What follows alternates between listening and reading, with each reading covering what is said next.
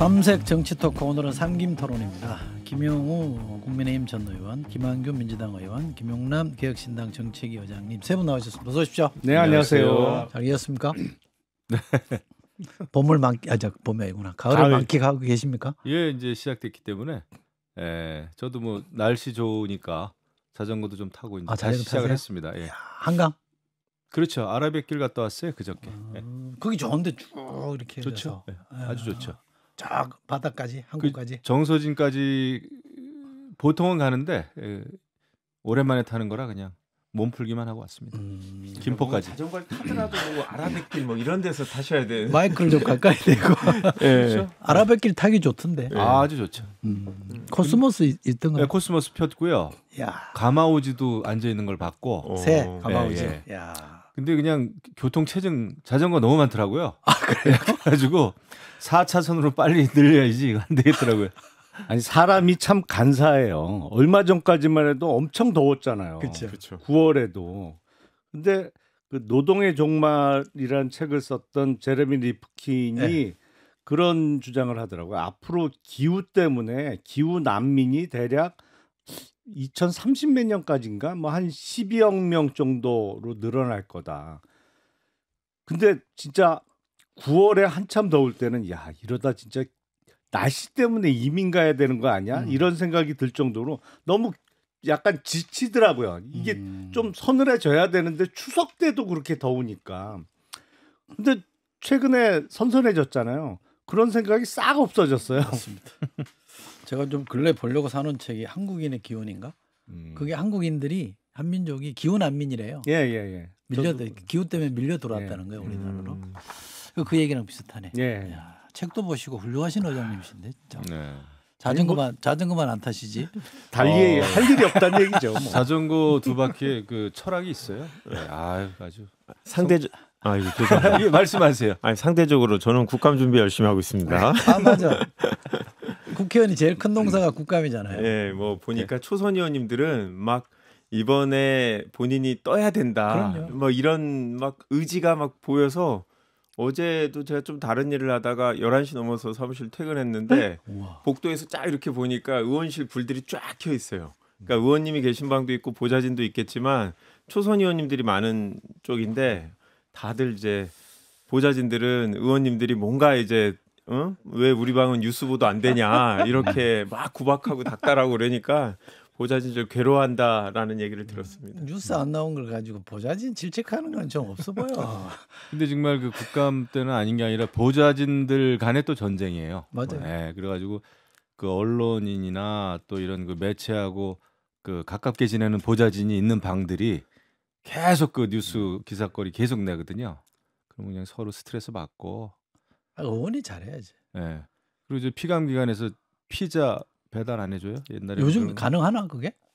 김영란법 때문에 제한이 있지 않나? 예전엔 피자 아무튼 엄청 돌렸는데. 옛날에는 그런 거 있었죠. 예. 맞아. 예. 밤새 일을 하니까. 맞아.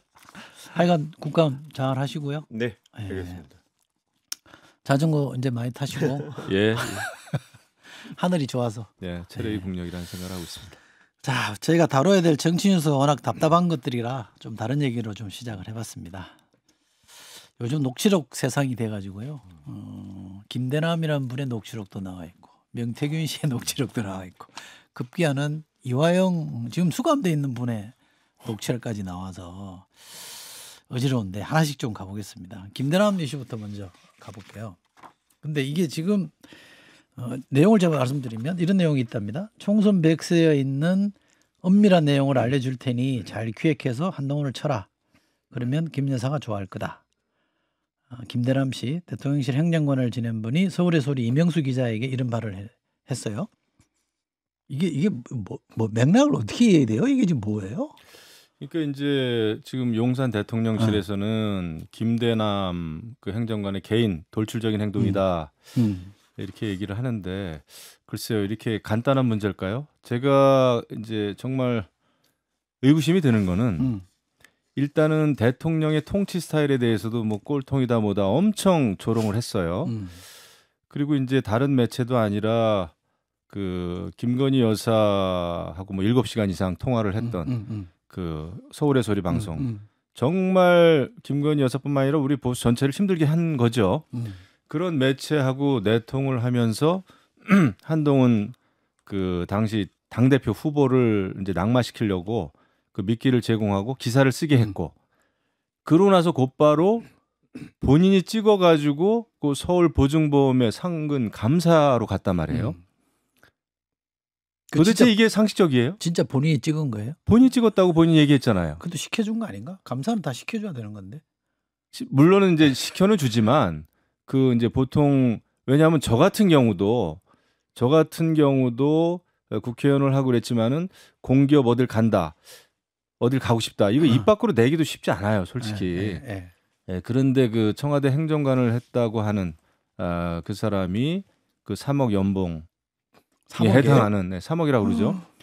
그 자리를 자기가 찍어서 갔다고 하고, 그러니까 이게 도대체 그러면은 김대남 행정관으로부터 김정관 행정관에게 국민의힘도 어떻게 보면은 굉장히 당한 거고 대통령실도 당한 건데 이게 상식적으로 이해가 되나요? 그래서 그 자초지종을 밝히는 것은 굉장히 필요하지 않나. 왜냐하면 사실 이 사건에 있어서 가장 화가 나야 될 기관은 대통령실입니다.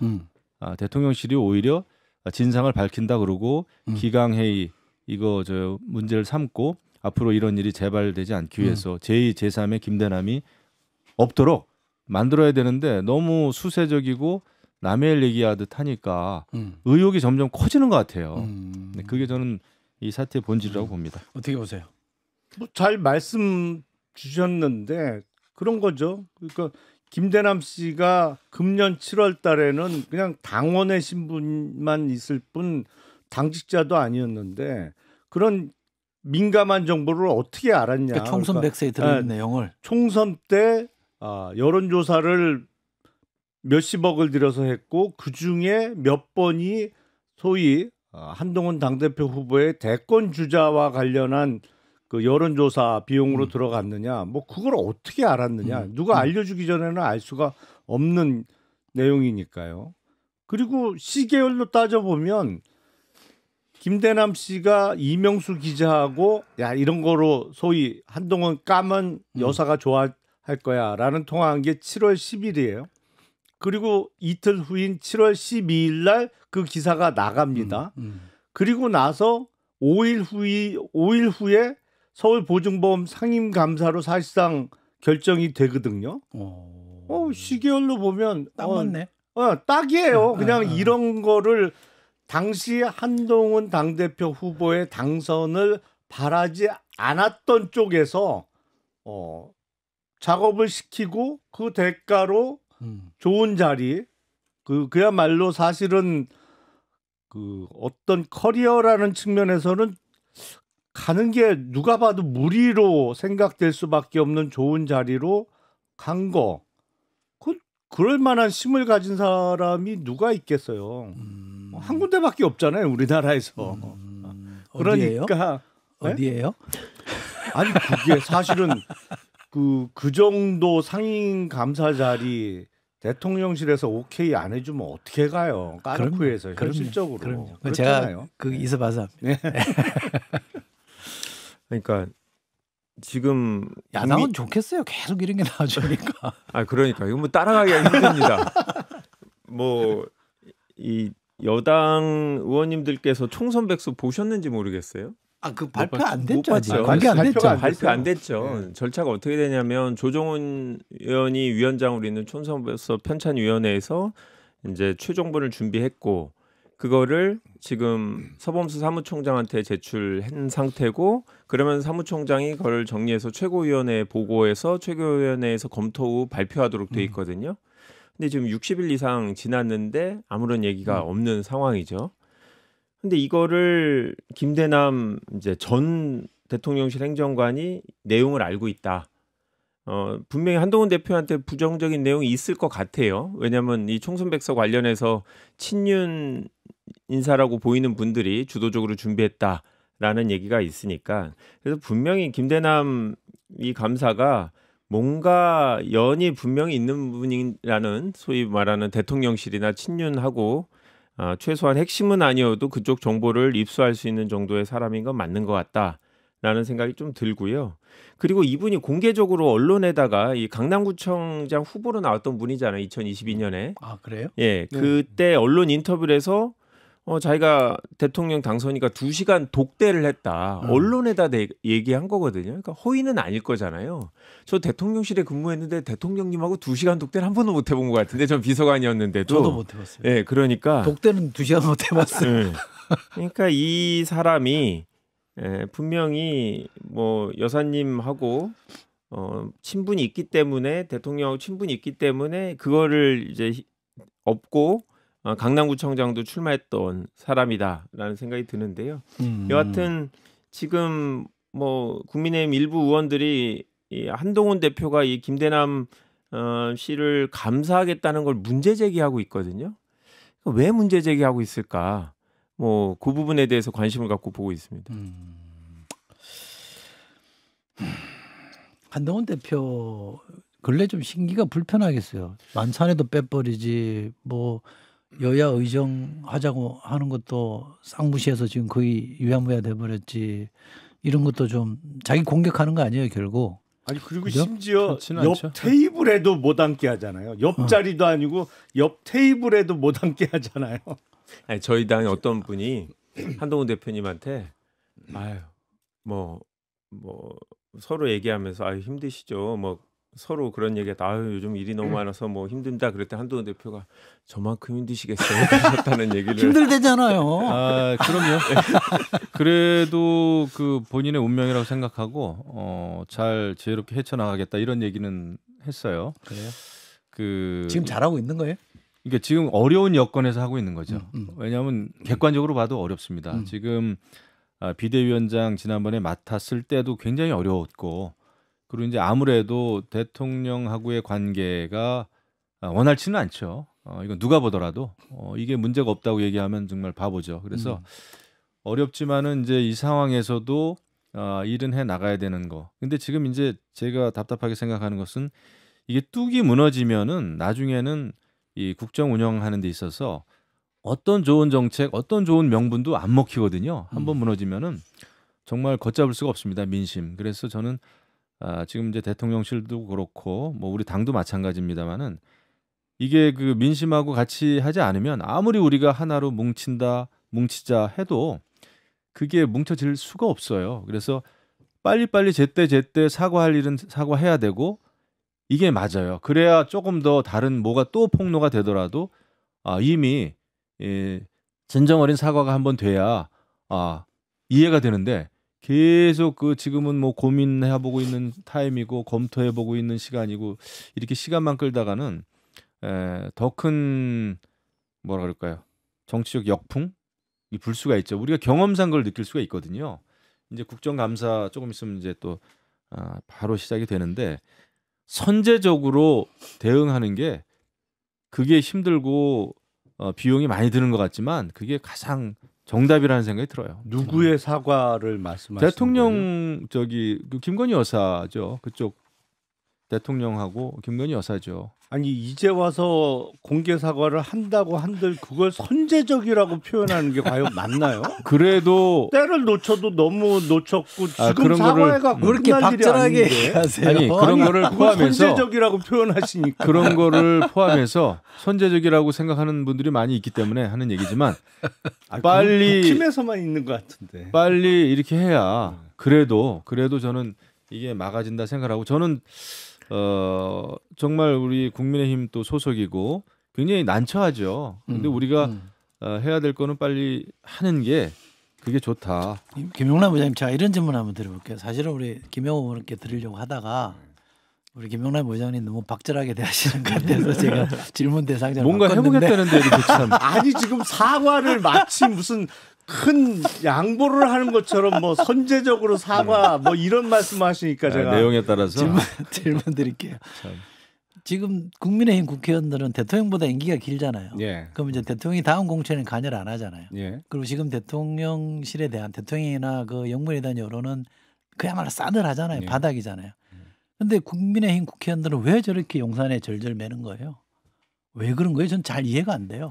사실. 일단 뭐 이른바 캐비넷 얘기도 많이 나옵니다만 캐비넷? 네, 그러니까 검찰 안에 아직 있는 캐비넷? 이번 총선과 관련한 그 선거법 사범의 공소시효가 안 지났죠. 10월 10일이에요. 그러니까 여야 모두 지금 수사 중인 사건들이 꽤 있어요. 뭐 그 일부 그 수사 대상인 의원들이 있을 거고 제가 보기엔 가장 큰 이유는 다음 수가 안 보이기 때문일 거예요. 다음 수. 예. 예를 들어서 어제 있었던 특검법 재의결이 있었잖아요. 뭐 4표 정도가 이탈표가 나왔다고는 합니다만 여기서 몇 명 더 찬성에 돌아서 특검이 실시되면 사실은 그 다음 상황은 그냥 진짜 뚝이 무너진 것처럼 확 전개될 가능성이 높거든요.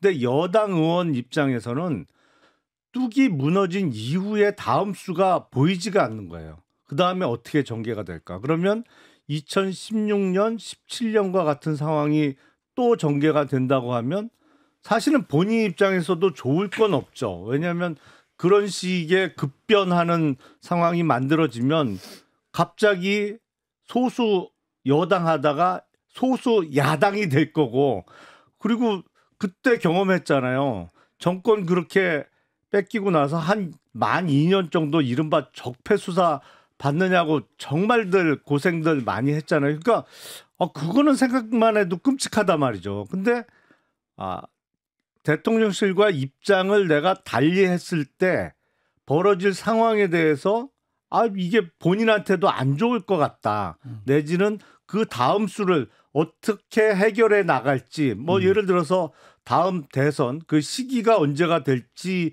모르겠습니다만 다음 대선에서 우리가 다시 정권을 잡을 수 있느냐 그 수가 안 보이니까 지금 결심을 못 하는 거죠. 이럴 수는 있지 않을까요?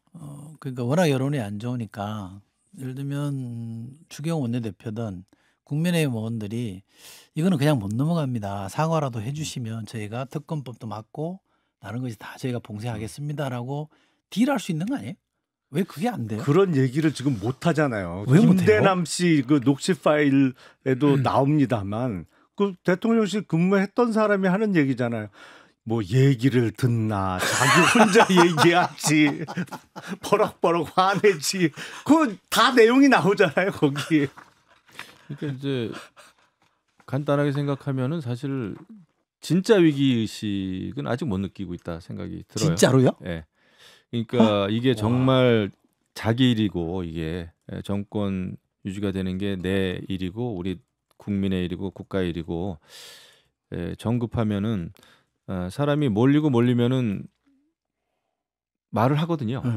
근데 아직 그 상황은 아니고 지금 아직 이제 총선은 또 뭐 멀었고 이제 뭐 가장 빠른 선거는 물론 이번 뭐 보궐선거는 그렇다 치고 내후년 지방선거인데 이게 이제 국회에서 느껴지는 그 체감도라 그럴까 이게 아직은 그 절박하지가 않은 것 같아요. 그분들 지역구가 그쪽이라서 좀 더 그럴까요?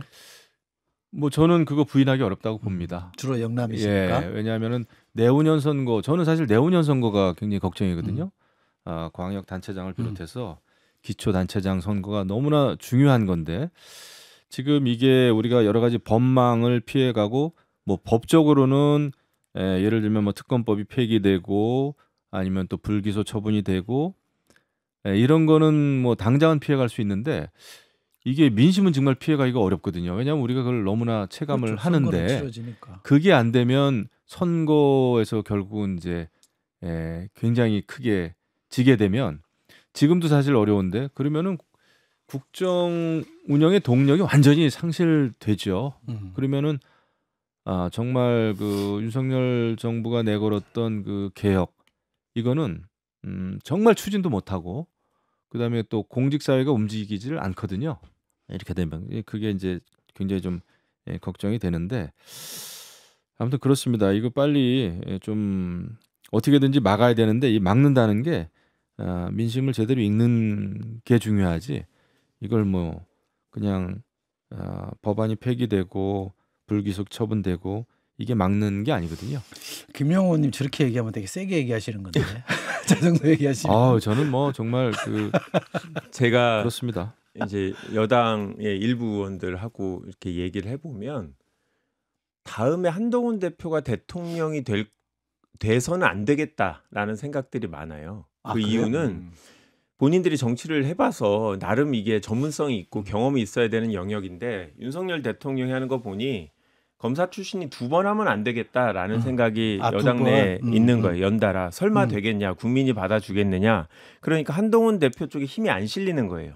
그러니까 윤석열 대통령에서 한동훈 대표로 권력이 넘어간다는 거를 느꼈으면 그쪽으로 다 줄을 섰을 텐데 본인들 자체가 한동훈 대표한테 믿음이 없는. 그러니까 아무리 지금 당원들한테 인기가 있지만 3년 후에는 그렇지 않을 거다. 그렇기 때문에 굳이 한동훈 대표한테 줄을 서야겠다는 생각이 없는 것 같고요.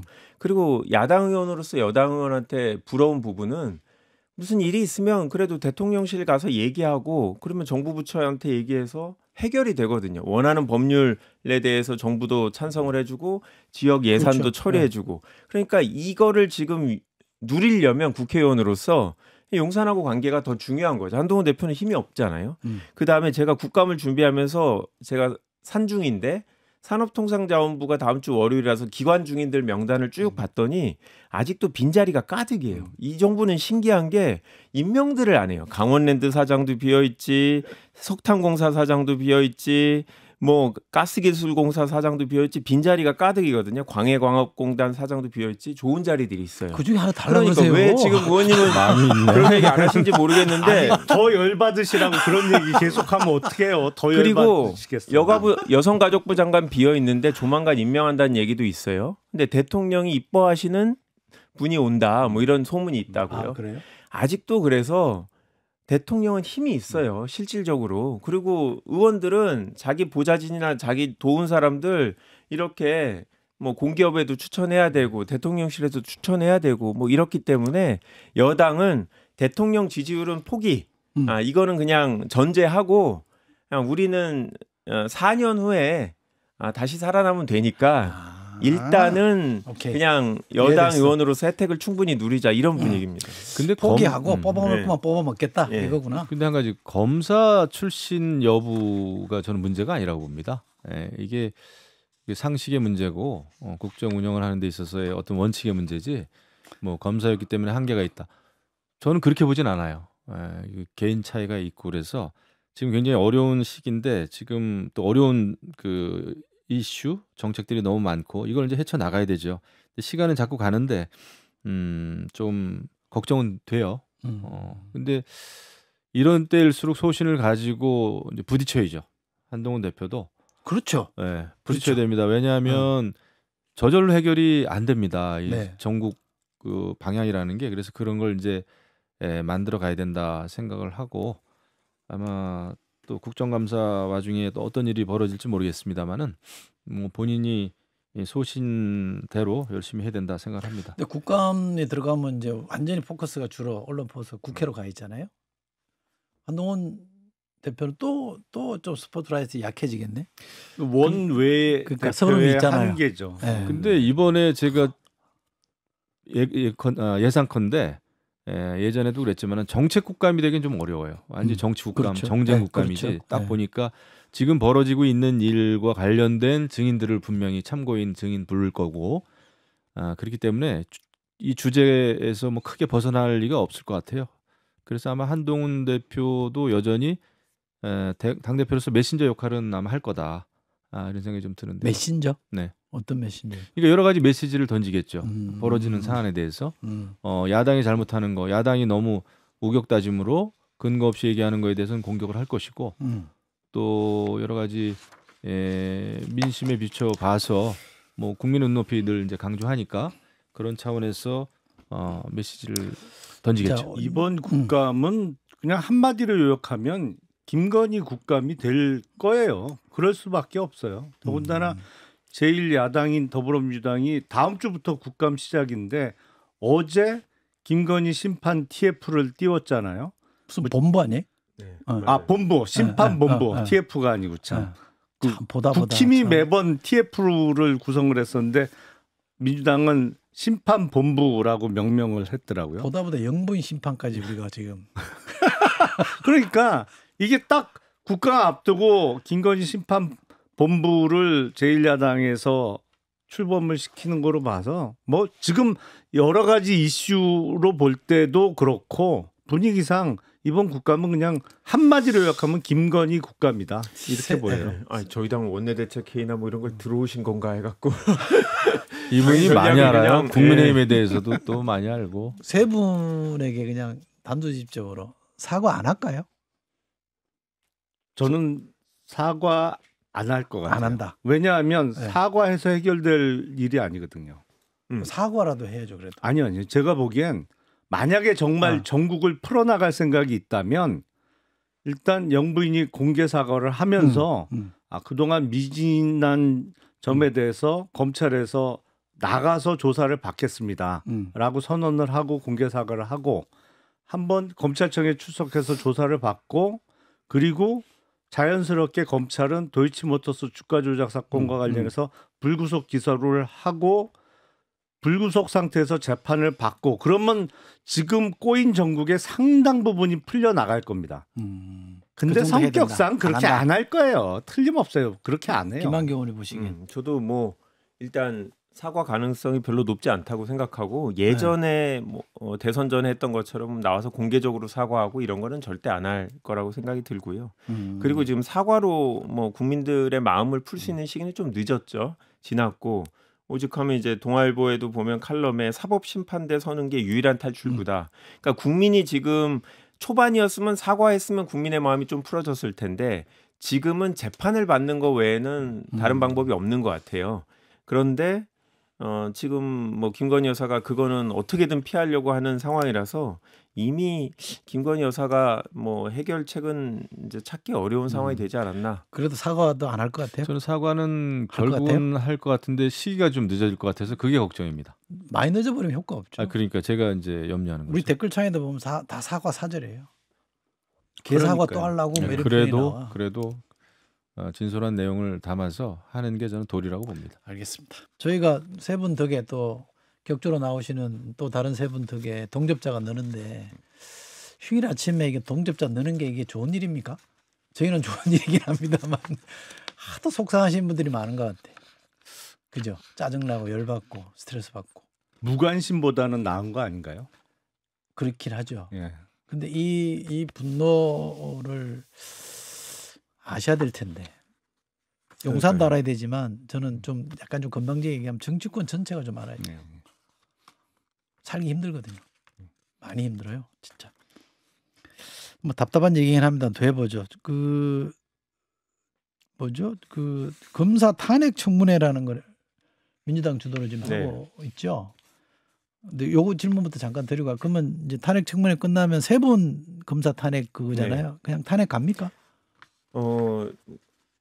원래 이제 예전에 탄핵들은 바로 탄핵안이 발의되면 본회의에서 의결을 그렇죠. 했는데 국회법상 이제 법사위에다가 맡겨서 심사를 할 수 있도록 돼 있고 지금 그 절차를 거치는 건데 당의 입장은 청문회를 보고 판단하겠다. 모든 사람을 동일하게 탄핵 의결한다라는 보장은 없고 그 중에서 뭐 탄핵 사유가 있는 사람으로 추리겠다라는 게 원론적인 입장이고 아직은 뭐 진행 중이라서 셋 다 하는 거 아니에요?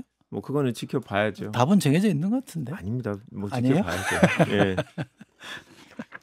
제가 볼 때는 뭐 이화영 그 전 부지사는 사실 지금 구속 수감 중인 상황에서 이제 그 검사를 탄핵하겠다는 이제 청문회에 이제 나온 건데 완전히 이화영 전 부지사를 지키고 또 이화영 전 부지사는 자기 자신을 변론하고 또 이 전체 청문회는 결국은 이제 이재명 당대표를 지키기 위한 완전히 그 변론의 그 장마당 같은 생각이 들었어요. 그 질문의 수준도 그렇고 운영위원장, 법사위원장, 운영위원장의 그 진행 내용도 그렇고 그다음에 이화영 전 부지사의 발언도 그렇고 야 이런 거를 국회에서 열어가지고 저렇게 구속 수감 중인 그 중죄인을 이렇게 변론을 국회의원들이 나서서 해줘야 되는지 좀 참담했습니다. 그래서 마찬가지입니다. 이거 제가 아까 우리 뭐 대통령실에 대해서 좀 쓴소리도 하고 그랬습니다만은 민주당도 정말 정신 차려야 된다. 그 법정에 나갈 때마다 이재명 그 당대표가 나가가지고 기자들 앞에 서가지고 얘기를 하고 검찰에 뭐 증거 조작 얘기를 하고 뭐 왜곡 이런 얘기를 하고 그 옆에 또 이재명 대표 옆에는 그냥 그 최고위원들이 쭉 서가지고 병풍 역할을 하고 그것도 보기 안 좋아요. 그래서 지금 여당이든 야당이든 지금 정치권이 우리 앵커께서도 말씀을 하셨지만은 정말 민심과 너무 동떨어진 행태를 너무 오랫동안 보여주고 있어요. 그래서 이거는 크게 같이 반성할 일이고 상대방이 망하면 우리 당은 산다 라는 생각만 가지고 지금 정치하고 있거든요. 절대 그렇지 않습니다. 한쪽이 너무 정말 잘못돼 가지고 기울어진 운동장이 되면은 그거 우리가 경험했잖아요. 문재인 정부 때 경험했잖아요. 적폐청산한다고 또 검찰 무슨 뭐 개혁한다고 5년 다 보내다가 결국 정권 또 교체됐죠. 계속 정쟁만 일어나는 이런 정치 상황에서 빨리 벗어나야 되는데 정말 걱정입니다. 알겠습니다. 이 청문회에서 국민의힘 주진희 의원이 녹취를 하나 틀어서 상당한 파장이 있었습니다. 작년 7월에 이화영 전 부지사와 김형태 변호사 간에 구치소에서 나눈 대화인데 요 얘기 우선 준비되어 있는데 한번 들어보고 얘기 나눌까요?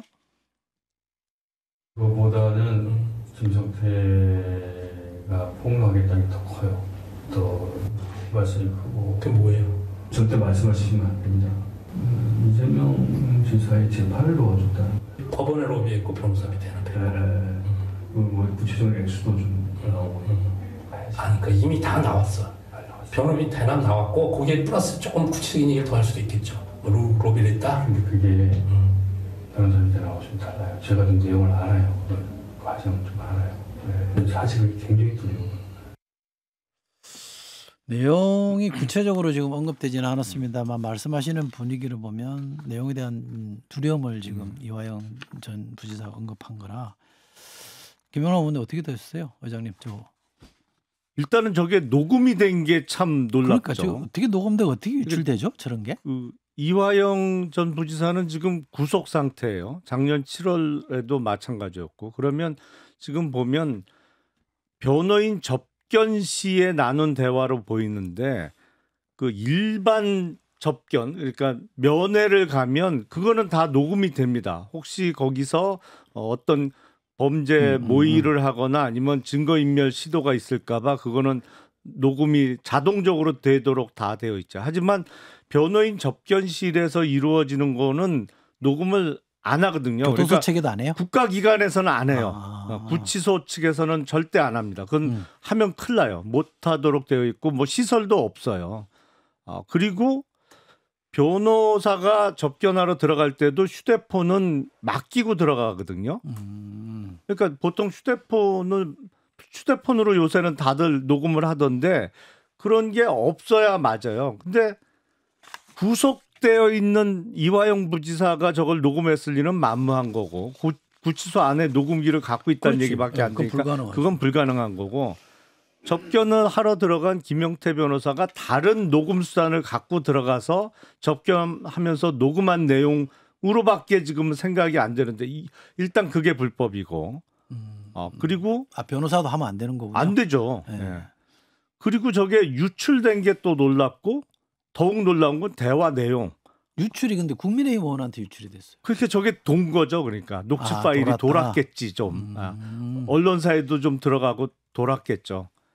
그러니까 아마 장시간 대화를 나눈 것 중에 일부일 거예요. 저거는. 그러니까 주진우 의원이 폭로한 내용은 이재명 대표에게 불리해 보이는 내용을 이제 공개를 한 것으로 보이고 근데 어쨌든 저 내용으로 미루어 볼 때 저게 큰 게 있구나. 아직 드러나지 않은 김성태 쌍방울 회장이 변호사비 대납도 했고 로비도 했는데 이게 이화영 부지사의 발언 내용을 보면 이게 밝혀지면 큰일 난다라는 취지잖아요. 그러니까 여러 가지로 놀라운 지점이 많아요. 민주당은 어떻게 보세요? 그러니까 요 녹음 파일은 이제 김형태 변호사가 녹음을 했을 가능성은 있는 것 같고 그리고 그 내용을 이제 지난달 26일 날 항소심 재판부에 제출을 했거든요. 이 파일하고 녹취록 자체를 그래요? 공식적으로 제출을 한 거죠. 그러니까 그 취지 자체는 이제 지금 아까 들려주신 부분에는 없는데 검찰이 계속 회유하고 압박을 했다.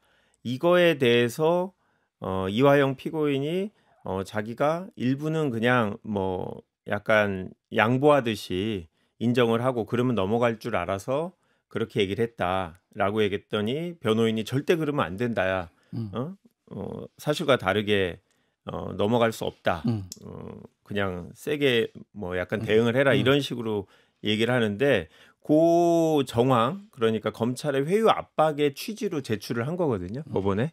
이제 그래서 변호인이 뭐 혼자 불법적으로 개인 목적으로 갖고 있었던 건 아닌 것 같고 본인들이 볼 때 이게 뭐 검찰 수사에 대한 대응 방법으로 필요하다고 본 것 같은데 이제 문제는 이 재판부에 제출했으니까 변호사하고 검사하고 양쪽이 갖고 있는 거죠.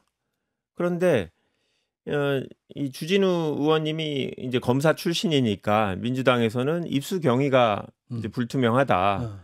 그러니까 검찰 쪽에서 알려줘서 입수한 거 아니냐. 그러니까 그게 뭐 실제로 검찰이 그대로 건네준 건지 아니면 다른 누구 알만한 사람 갖고 있는 사람을 이제 파악하게 해서 주진우 의원이 입수한 건지 그거는 이제 알 수 없지만 이제 이게 불투명하다라는 얘기를 저희가 하고 있는 거죠.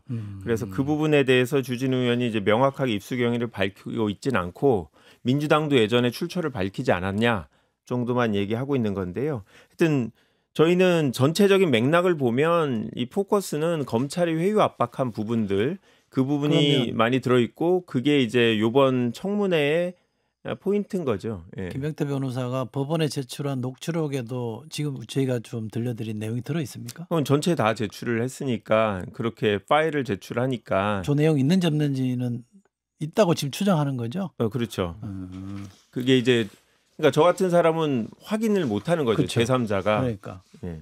근데 저 내용만 들었을 때는 뭐 저거는 이제 검찰의 회유든 압박이든 그거하고 전혀 상관이 없는 그 이제 이화영 전 부지사의 그 속사정을 얘기한 거네요. 정말 그 두렵다. 그다음에 변호사님의 알지 못하는 내용이 있다. 그런 게 알려지면 정말 문제다. 그게 두렵다. 그거 아닙니까? 그래서 이거는 저 내용상으로 보면은 정말 문제가 큰 거죠. 그럼 어제 저걸 털었을 때 이화영 부지사가 그 자리에 있었잖아요. 그럼 뭐 반응이 없었어요?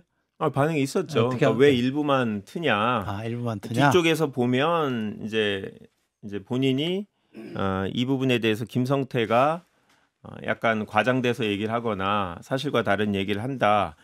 그리고 검찰도 그거를 이제 오해해서 믿을 수 있다. 이게 이제 두렵다. 이런 얘기를 했는데 그런 부분들은 쭉 빼고 앞부분에 뭐 팩트가 있는 것 같다라고 하니까 그게 마치 이제 진실을 얘기하는 것 같아서 본인이 걱정된다라고처럼 해석되게 했는데 실제로는 이제 검찰이 그거를 믿을까봐 두렵다 뭐 이런 얘기를 이제 하는 부분이 있어서 그 부분은 이제 한 인터넷 매체에서 이거를 다 공개를 했거든요. 사실은 그 부분에는 이화영 피고인 전 부지사가 주장하는 내용들이 주로 그 언론에 나와 있어요. 뒷부분에 회유 압박. 그러니까 이제 주진우 의원은 그게 전부가 아니다라고 이제 또 다른 부분을 공개한 건데 전체적으로 보면 좋은데 지금은 인터넷 언론에 따르면 이제 40분짜리 녹취록이라고 하거든요. 근데 이제 언론사는 입수를 했다는데 그렇게 국회에서 돌아다니는 모양인데 왜 저는 이제 구하려고 해서 못 구하는 거 보면 전 주진우 의원님이 어떻게 구했는지 한번 좀 궁금합니다, 사실은. 아니 언론사도 갖고 있고 여당 의원도 갖고 있고 그런데 정보력에 조금 문제가 여당 의원은 있으신가요? 아니에요. 여당 의원은 아니고 뭐 조국혁신당 검사 출신 모 의원이 갖고 있다라는 얘기가 있어서 아니 검사 출신 의원들만 두 분 갖고 있으니까 제가 좀 궁금 이제 한 거죠. 근데 요즘은 이건이랑 상관없는 것일 수도 있지만 검사 발로 추정되는 기사가 너무 많이 나오긴 하더만요. 그러니까 다른 가능성이 아주 없지는 않은데 말씀하신 대로 가장 가능성이 높은 게 검찰에서 나온 거 아닌가라는 경우가 왕왕 있죠. 지금 최근에. 만약에 검찰에서 새어 나왔다면 그건 진짜 문제죠.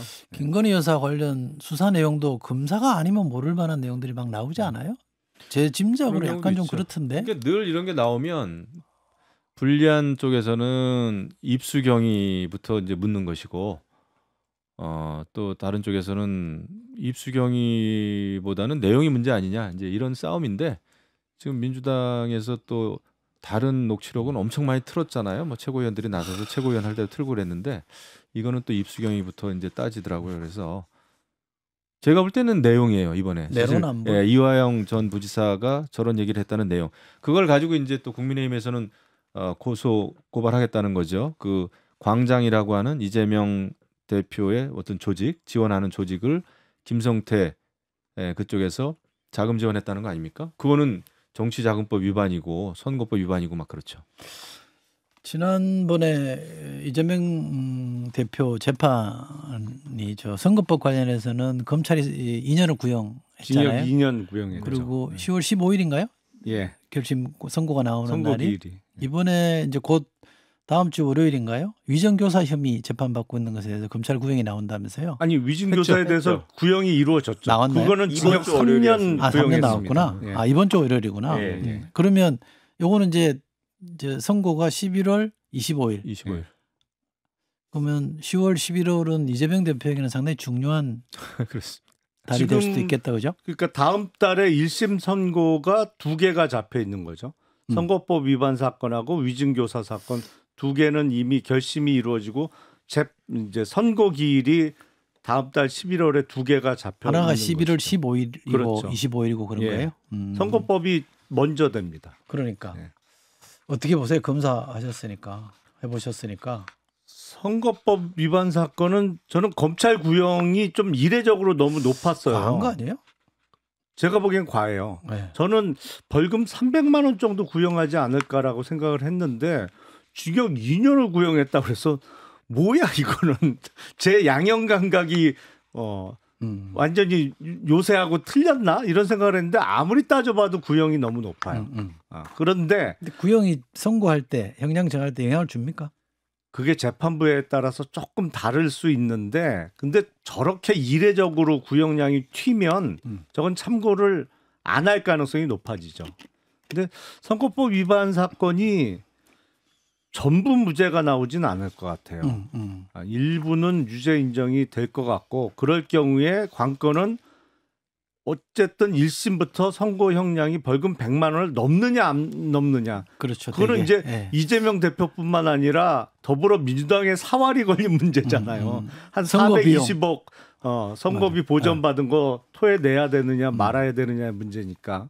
그 위증교사 사건도 이제 징역 3년 구형이 조금 높게 나온 거는 사실인데 위증교사 사건은 보통 구형을 대부분 징역형 구형을 하거든요. 근데 징역 한 1년에서 많으면 2년 정도 구형하지 않을까 생각했는데 3년 구형을 했더라고요. 근데 위증교사 사건은 워낙 녹취 파일이 있는 사건이라 뭐 유무죄 중에 조금 한쪽을 픽한다면 유죄 선고 가능성이 그래도 더 높지 않나 싶어요. 이 문제는 이제 앞으로 선고가 나오면 또 저희가 다뤄야 될 상황이 있을 수 있고 시간도 좀 많이 됐으니까 이 정도로 하겠습니다. 금투세 폐지냐 유예냐 의총했는데 결론 났어요? 아닙니다. 뭐 안 났어요? 지도부에 위임하는 걸로 결론이 났죠. 나는 그럴 줄 알았어. 예? 그 지도부 위임은 당대표 위임한 거죠? 예, 그렇죠. 근데 왜 그러냐면 의원들 의견이 정말 팽팽하게 이제 갈려 있고 실제로 의총장에서도 금투세를 시행하자라는 의견도 꽤 많이 나온 상황이었기 때문에 지도부가 거기서 거수를 해갖고 아니면 뭐 무기명 투표를 해갖고 의견을 확인하기는 좀 어려운 상황이고요. 뭐 지도부에 위임해주고 지도부가 책임을 지겠다라는 거죠. 그러니까 비판을 받을 수밖에 없는데 어느 쪽으로 가든 이거를 지도부가 그냥 의원들이 결정이다라고 하고 피해가면 그건 무책임하다라는 얘기가 있어서 지도부가 그런 얘기를 했어요. 비공식적으로 이거에 대한 비판은 우리가 받겠다. 위임을 해달라 이런 얘기를 하셔서 위임이 됐고 아마 유예 쪽으로 폐기 같은 유예겠군요. 예, 그러면. 뭐 그렇게 되지 않을까 그렇게 분위기를 보고 있습니다. 그거는 국힘하고 생각이 많이 다르진 않잖아요. 네. 국힘은 폐지잖아요, 그죠? 그렇죠. 근데 제가 과거에도 예측을 했는데 이재명 당대표가 원하는 대로 될 거다 얘기를 했고 제가 적어도 유예. 왜냐하면 이재명 당대표가 이걸 들고 나왔던 것도 유연함을 들고 나오면서 외연 확장이거든요. 그 대권 주자로서. 그래서 아마 이재명 당대표 의도대로 갈 겁니다. 알겠습니다. 어이구, 벌써 시간이 다 돼버렸습니다. 삼김 토론 오늘 재밌었습니다. 뭐 주제들은 조금 다 무거운 주제이긴 했습니다만 세 분 덕에 저희가 좀 토론을 잘했고요. 김영우 전 의원, 김한교 의원, 김용남 정책회장 세 분 고맙습니다. 네, 감사합니다.